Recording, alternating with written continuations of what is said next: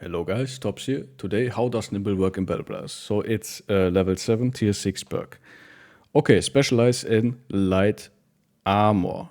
Hit point damage taken is reduced by up to 60%, but lowered exponentially by the total penalty to maximum fatigue from body and head armor above 15.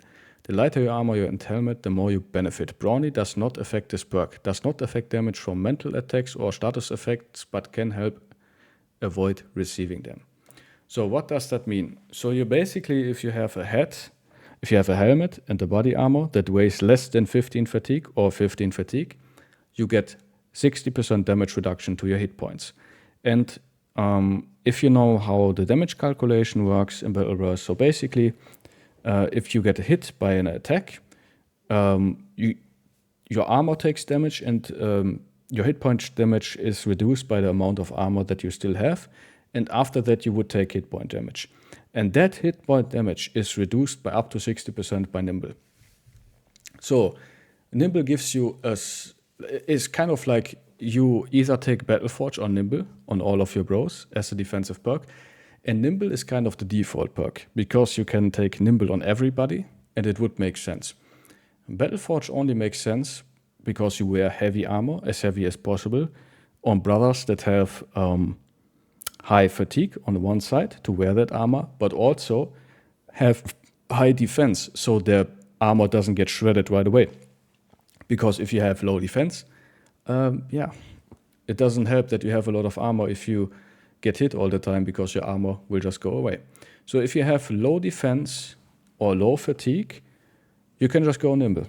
And that gives you a level of survivability. I think Nimble effectively doubles your hit points. That's what that is. And let's check really fast Turtle's guide.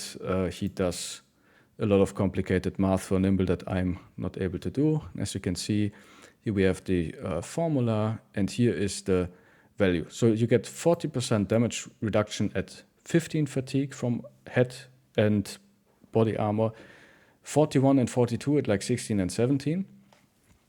And that's kind of like the difference between 40 and 42 is not big. So you can get a little bit above the 40% damage reduction. But I would always aim, the more hit points you have, the better it is to have the maximum damage reduction. So, but you can have a little bit more fatigue, more heavier gear. It doesn't affect your Nimble value too much. Up to a certain point, if you get to like the point where you're off only 50% Nimble, it's already pretty bad. And at this values, Nimble probably doesn't make sense. And I think if you have more than 42 body armor, Nimble doesn't work well. There's the Nimble Forge build that I will not talk about because I have made specific videos on that and I want to keep that simple for like the new players among us. Okay, Nimble makes light armor builds basically more worth it. Nimble is very economically, that's true, because you can just take your average radar gear and you don't need to have the super expensive, hard to get heavy Battleforge gear.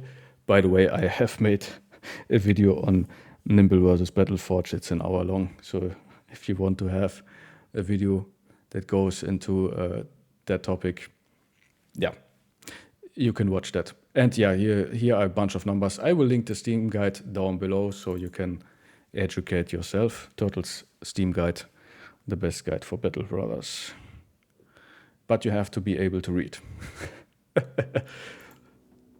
So, let's go. Let's check in-game on what kind of brothers I use. Nimble. Generally, I try to greed for Battleforge, because Battleforge armor does a pretty good job of avoiding hit point damage. And having a lot of armor is just good, makes you a lot of tanky. That's the principle, right? So if you have a good frontliner who is like good defense, try to make him Battleforge. If you have a good tank who is like good defense and high fatigue, try to make him Battleforge. You can take Brawny in order to get more fatigue. Brawny reduces the fatigue penalty from armor.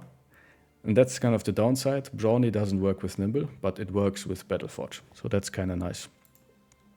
I tend to use Nimble on my early game brothers that don't have enough fatigue, but are relatively high in initiative. So I can take dodge and get even more initiative. And then I have a super fast brother that has light gear, always goes first, that kind of stuff. But this guy is pretty bad at tanking, especially because he's a bleeder.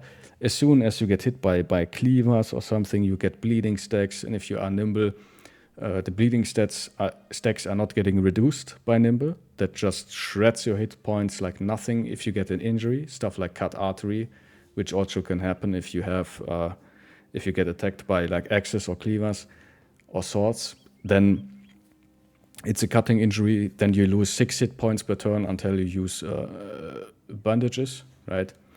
So bleedings cut through your nimbles like nothing. That's why I like to have 9 lives on my Nimble bros, because that removes the bleeding stacks and the poison stacks, but not the bleeding from injuries, sadly. So bandages, always have bandages on your Nimble bros and even on their Battleforge bros. Just the best item, saves lives. You can bandage another bro, so not everybody has to have it, but it's nice to have that in your team. Yeah, Nimble, usually the trade-off is you have more fatigue to work with, but you are squishier and you are way more prone to get fearsome, for instance, right? But because you have low armor, you are very likely to take hit point damage. So it's very likely that you get fearsomed, that you get a bleeding stack upon you. Yeah.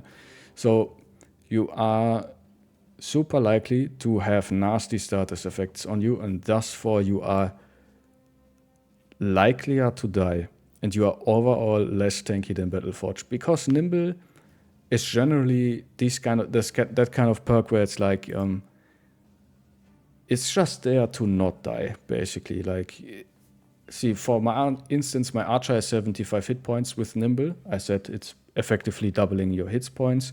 So with Nimble, I theoretically have 150 hit points.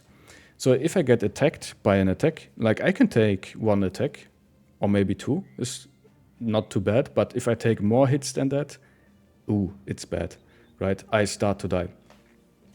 Also, Nimble is really bad versus high frequency attacks that do low damage. So stuff like archers, throwing weapons, spears, swords, the whole goblin shit is like, these guys are, they destroy Nimble, because like they do a lot of instances of damage, but they are low damage. And like Nimble is decent at avoiding the big hits, like the big hits that have high armor ignore, because you don't have much armor anyways, and you have high damage reduction through the Nimble. So if you get a big mace hit from a Chosen that has low base damage, but really high armor ignore, if you're Nimble, you don't care usually too much. But if you get hit by a cleaver or a great axe from a Chosen, oh my god. Or by a man splitter, high base damage, even with 60% damage reduction, you just get deleted by those things, right? You catch yourself a bleeding, you're just gonna die like a dog. Battleforge overall, way better at avoiding the small hits. Yeah. So Nimble, I usually use it on my fast bros that I want to have a lot of initiative. I use it on my backliners who I expect to not be taking too many hits. I use it on my Nimble tanks, special videos on that. Sometimes on my swordlands to get more fatigue, on my archers to have more fatigue, and my archer shouldn't be in combat anyways.